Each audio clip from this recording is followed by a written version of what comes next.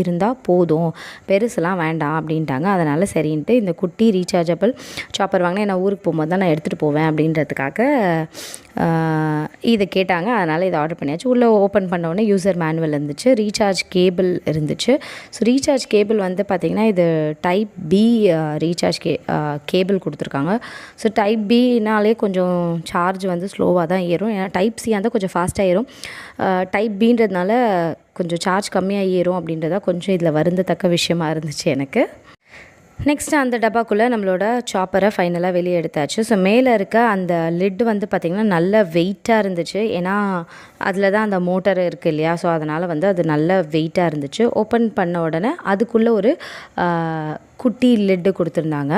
இதில் டோட்டலாக 3 பிளேட்ஸ் இருந்துச்சு, கேப் விட்டு விட்டு சாப் பண்ணுறதுக்கு ஏற்ற மாதிரி.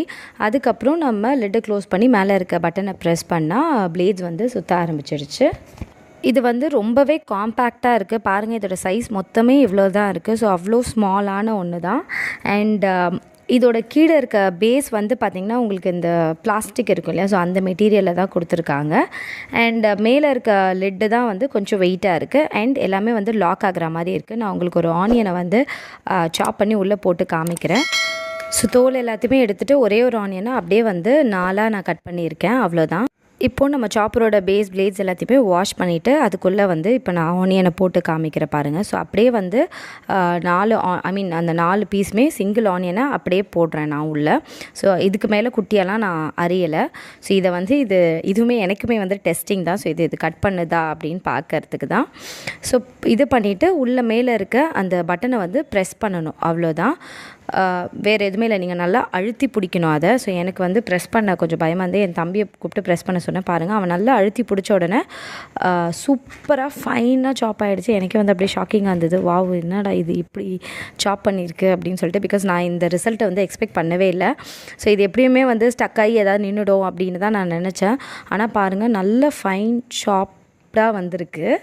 ஸோ இது வந்து ஆம்லேட் போடுறதுக்கு, நம்ம வீட்டில் சிக்கன் சுக்கா, மட்டன் சுக்காலாம் போடணும்னா நல்ல ஃபைன் சாப்டாக இருந்துச்சுன்னா சூப்பராக இருக்கும். உண்மையிலேயே நல்ல பிளெண்டாக இருக்கும். ஸோ அதுக்கெல்லாம் வந்து இது யூஸ்ஃபுல்லாக இருக்கும். அண்ட் அதுக்கு மட்டும் இல்லை, நார்மலாக நம்ம குழம்பு எல்லாத்துக்குமே வந்து இது யூஸ்ஃபுல்லாக இருக்கும்.